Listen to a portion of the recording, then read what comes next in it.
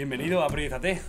Muchas gracias, señores, qué alegría veros. Un placer, la verdad que hacía tiempo que no nos veíamos y es un Sí. placer que estés aquí, que puedas compartir con nosotros, pues bueno, de todo lo que vamos a hablar. Hombre, no, faltaría más. Ya te digo, a la mínima que me lo dijo Manel, súper contento de saber de él, súper contento de tal, os iba siguiendo. Y bueno, ahora llegar aquí y ver el tinglao tan bonito que tenéis montado, pues oye, encantado de formar parte, claro que sí. Muchísimas gracias, muchas gracias. Pues siempre nos gusta empezar por una pregunta y es ¿cuáles son las prioridades de Román? Las prioridades de Román. Joder, empezáis bien, ¿eh? Empezáis haciéndome pensar, ¿eh? Bueno, las prioridades de Román es la familia, sobre todo, la familia, el fútbol y intentar ser feliz día a día. Sin agobiarme mucho en pensar más allá y sin intentar mirar mucho atrás. Entiendo que con tantas cosas en la cabeza, esto de sin pensar mucho en las cosas es un poco complicado, ¿no? Es complicado, es complicado. Lo que pasa es que también es cierto que soy una persona que quizá pienso mucho en el momento cuando ha pasado algo, le doy muchas vueltas quizá durante medio día o un día, pero pronto intento encontrar la solución, el lado positivo, el decir, vale, tengo que hacer esto para avanzar, para seguir o para que esto no se vuelva a repetir. Intento relativizarlo todo un poquito, aunque no siempre es fácil, no siempre es fácil, ya lo sabéis. Para que la gente sepa un poco más de Román, ¿no? De tu historia. Al final el fútbol viene relacionado contigo ya desde hace muchos años, desde cuando eras pequeño, ¿no? ¿Qué recuerdas de esa época inicial, cuando empezaste a jugar a fútbol, tus primeros años? Esa época, y yo la recuerdo mucho. Recuerdo mucho sobre todo el cuando vine aquí. Yo nací en Letonia, vine aquí con, ¿qué tendría? 6, 7 años. Y bueno, me acuerdo que empecé en el Vilanova del Camí. Mi padre me compró mis Múnich, las que todos teníamos. Y yo empecé, jugador, dije, jugador, ¿no? A correr y me pusieron de lateral. Me acuerdo que me ponían de lateral. Y yo recuerdo que lo único que hacía era tirarme al suelo. O sea, venía un jugador, yo me tiraba al suelo. Pegaba unas yescas alucinantes y siempre me tiraba al suelo. Y ya cuando ya estaba en el Joan Maragall, que ya ahí ya coincidía con Manel y tal, allí siempre me acuerdo que en el patio me ponía de portero. Me ponía de portero y ostras, y se me daba bien. Como me gustaba tirarme al suelo, esas cosas, se me daba bien. Y fue ahí cuando decidí, bueno, ahí empezar a hacer de portero, que es un poco lo que me ha marcado mucho a nivel de personalidad, de carácter y de todo, ¿no? Y me acuerdo, siempre me acordé del primer día. Me puse el primer día y claro, era pre-Benjamín y me pusieron en la portería de fútbol 11. Antes lo de fútbol 7 tampoco se llevaba tanto y me entrenábamos en la portería de fútbol 11. Madre mía, qué día tan horrible. No paré ni una, claro, los compañeros diciendo, este es Román, qué flojito eres, no sé qué, no sé cuánto. Pero nada, eso me duró 2 días porque luego sí que ya me puse más, o sea, quizás se me quitó el nervio, la vergüenza y tal. Y bueno, rápidamente empecé a destacar. Yo la época del Vilanova la recuerdo mucho por eso, porque bueno, que jugaba con mis amigos, eso era lo más importante para mí en esa época. Pero sobre todo sí que recuerdo, ahora con un poquito más de perspectiva, en ese momento quizá no te das cuenta de que yo destaqué mucho y muy rápido.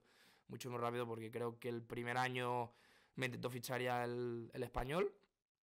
Y me acuerdo que fui a hacer la prueba y acabé tan cansado que les dije que no.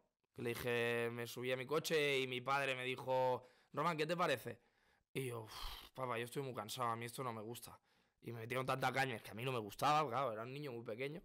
Y al año siguiente sí que volví a tener otra oferta del español y entonces ya sí que fui para... O sea, que digamos que puede ser que, o sea, tú sabías que al final lo que se te daba bien era el hecho de jugar como portero, ¿no? Pero dentro de ti sí que tenías ese instinto, ¿no? Y yo creo que siempre lo has tenido, ¿no? De decir, hostia, aprovecho cualquier momento, ¿no? Para irme, meterme delantero, ¿no? Tal cual, tal cual. Pero bueno, eso a muchos porteros les pasa, ¿eh? Que decir, que la portería es la posición más rara y más diferente que hay. Somos los que menos corremos, los que más pensamos, los que más cosas vemos, los que más cosas tenemos que transmitir. Y claro, de vez en cuando, pues eso echa de menos eso. Yo siempre que hemos ido a hacer pachangas de fútbol sala o de fútbol 7, siempre he podido. Digo, a mí dejarme de jugador, dejarme correr, dejarme desfogarme, que al final allí se lo pasa uno bien, pero también se sufre mucho. Lo que hablábamos antes de esa parte, ¿no? De que te llaman al español, de que estás cansado y dices, bueno, esto no es para mí, pero al año siguiente ya otra vez te vuelven a llamar, ¿no? al final esto te pilla con una temprana edad. ¿Cambia mucho en ti como esa rutina que tenías antes de estar en el Español o ese sacrificio que tú tienes que estar por estar allí en el Español? O sea, todo esto, ¿cómo lo... Cambia, cambia mucho en muchas cosas. Al final uno es niño y cuando uno es niño sabéis que relativizas poco el hecho del tiempo, ¿no? Es decir, ostras, no puedes llegar tan tarde, a según qué hora tienes que cenar o tienes que dormir, no lo tienes tan automatizado. Cuando eres niño todo fluye, ¿no? Pero yo sí que recuerdo que, claro, yo ir a jugar al Español pues me cambió para muchas cosas, tanto a nivel social como a nivel futbolístico, como a nivel de estudios, a nivel de todo. Siempre he sido una persona que he sido muy responsable con todo, pero ostras, claro, yo era salir del colegio a las 5, antes salíamos a las 5, a las 5 y cuarto me esperaba un entrenador con más compañeros que subían para subirme a entrenar, pero claro, ese entrenador con esos compañeros que eran juveniles, yo era Benjamín, yo entrenaba a las 5:30.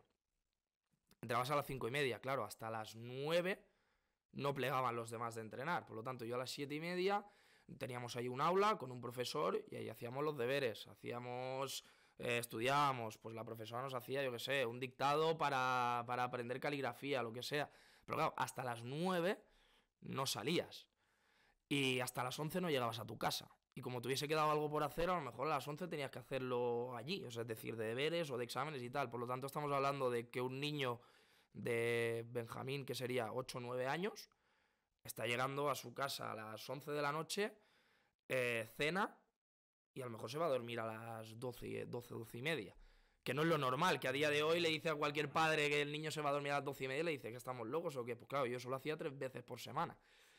¿Qué pasa? Yo también tenía una logística familiar que no era la idónea, es decir, mis padres trabajaban los dos y trabajaban los dos como aquel que dice, de sol a sol, no se podían permitir el llevarme cada día a entrenar, por lo tanto eso ostras, del entrenador que me subía y me acercaba. Los fines de semana yo tenía un compañero, bueno, un amigo que ahora seguimos siendo amigos, con el que me quedaba a dormir en su casa los viernes para que me llevase el sábado y a lo mejor me quedaba hasta el domingo que mis padres podían venir a buscarme. Es decir, todo eso con 8 o 9 años. Y claro, es una cosa que allí no te das cuenta porque eres niño, porque fluyes, pero ahora piensas y dices, madre mía, las burradas que hacía o lo fácil que me parecía a mí todo y lo complejo que al final era, ¿no? Pero para mí eso yo creo que me ha dado muchísima madurez a nivel de todo, o sea, es decir, en el taxi que subíamos, uno era Josep Clotet, que ahora mismo es entrenador profesional y tal, y los demás eran chicos juveniles, y a mí me trataban como uno más, y al final te estabas relacionando todo el rato con gente más mayor que tú, y te tenías que integrar y tenías que hacer cosas, ¿no? Y a mí eso, yo creo, coger esa rutina y esos hábitos desde bien pequeño, sí. Que ahora lo explicas porque ya eres más consciente, ¿no? Ya has madurado psicológicamente, ¿no? Pero es que es brutal el hecho de que con tan temprana edad, no sé si eres consciente de ese cambio de mentalidad que sin querer a lo mejor te ha hecho vivir esa etapa. Sí, pero es que al final yo creo que lo que te digo, empiezas a ser consciente ahora, cuando empiezas atrás y ves los recuerdos que se te quedan, ¿no? El recuerdo ese pues en el aula, el recuerdo ese de llegar a las 11 a tu casa a cenar y despertarte al día siguiente para ir al colegio, que es lo que decimos, que a día de hoy es impensable. Yo la verdad es que lo agradezco, porque a muy temprana edad quizá me dio una autonomía autoexigida, porque al final, bueno, mis padres se fiaban de mí y teníamos la suerte de tener amigos con los que me podían dejar o un transporte que me podía subir, pero claro, también dices, ostras, es que ahora es impensable, ¿no? Te pones tú como padre y dices, dejo a mi niño que se vaya a las 5 de la tarde con gente que realmente no conozco y vuelva a las 11 de la noche. Con 9 años. Entiendo que tus padres en ese momento pensaban que qué privilegio, ¿no? Bueno, claro, privilegio y yo no les he preguntado qué pensaban, imagino que claro, porque ellos, mis padres, yo también he tenido la suerte en eso, que no he tenido unos padres tengo un Iker Casillas y quiero que llegue a Primera División. Mis padres, lo que te digo, mi padre me preguntó, ¿te gusta esto o no te gusta? Y mis padres hicieron muchos esfuerzos también, o sea, muchos de... Claro, claro, pero claro, tú allí de pequeño no notas nada, la presión la notan ellos, que son los que decir, hostia, es que hoy lo tenemos que llevar porque hoy no lo puede llevar nadie. Ostras, es que tampoco lo podemos dejar cada fin de semana en casa del amigo porque, joder, es una jodienda, están cuidando como de un hijo que no es suyo. Claro, todo eso yo imagino que ellos también tenían presión por ese tipo. Que luego es un premio, porque dice, al final, joder, tu hijo está en una de las mejores canteras del mundo, lo que hay, o de España, ¿no? Pero sí, es un tema, yo creo que es una época de disciplina familiar, que supongo que mis padres tuvieron la presión que tenían que tener, o incluso la presión esa es que no tengo a mi hijo del fin de semana. Que es lo que decimos, es que no nos paramos a pensar, sí, mi hijo juega al fútbol, es que no lo tengo el fin de semana, ¿por qué? Porque es que no lo puedo venir a buscar. ¿Por qué? Porque es que no lo puedo llevar.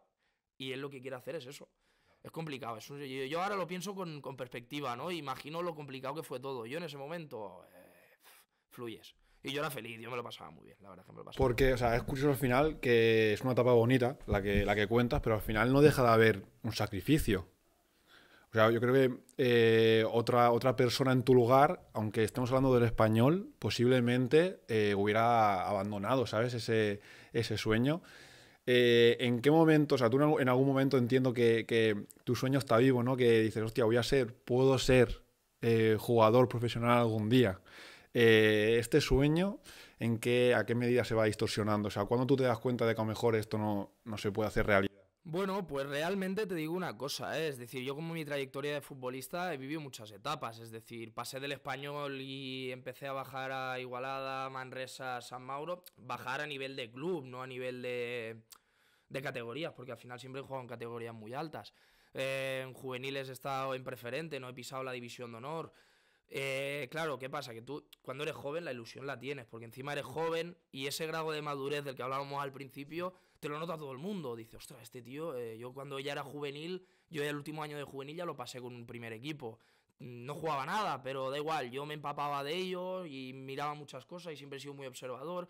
Iba ganando en sensaciones y en situaciones, ¿no?